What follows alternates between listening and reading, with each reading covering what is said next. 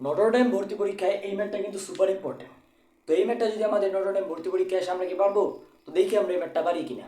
আমাদের প্রশ্নে বলছে কি, মুক্তভাবে পড়ন্ত বস্তুর 1 2 3 সেকেন্ডে অতিক্রান্ত দূরত্বের অনুপাত কত। তো এখন এই ম্যাথটা আমরা কিভাবে সলভ করব? এই ম্যাথটা সলভ করার জন্য আমাদের মুক্তভাবে পড়ন্ত বস্তুর একটা সূত্র ইউজ করতে হবে। আমরা কি জানি? মুক্তভাবে পড়ন্ত বস্তু টি সময়ের অতিক্রান্ত দূরত্ব ওই সময়ের বর্গের সমানুপাতিক, অর্থাৎ h proportional to T square.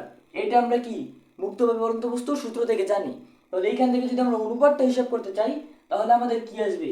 h1 অনুপাত h2 অনুপাত h3 ইজ ইকুয়াল টু কি আসবে আমাদের?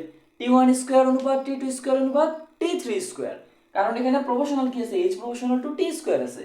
তাহলে আমাদের কি আসছে? t1 স্কোয়ার অনুপাত t2 স্কোয়ার অনুপাত t3 স্কোয়ার।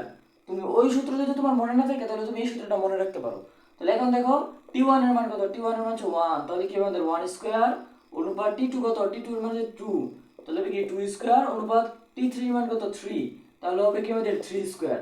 তাহলে এখান থেকে একটু ক্যালকুলেশন করলে 1 অনুপাত 4 অনুপাত 9 আসতেছে। তাহলে আমাদের ম্যাথের অ্যান্সারটা কি হবে?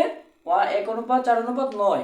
তাহলে আমরা কি লিখে দেবো? মুক্তভাবে পড়ন্ত বস্তুর 1 2 3 সেকেন্ড অতিক্রান্ত দূরত্বের অনুপাত 1 অনুপাত 4 অনুপাত 9। বুঝছো? আশা করি ম্যাথ এখন আসলে তোমরা পারবা।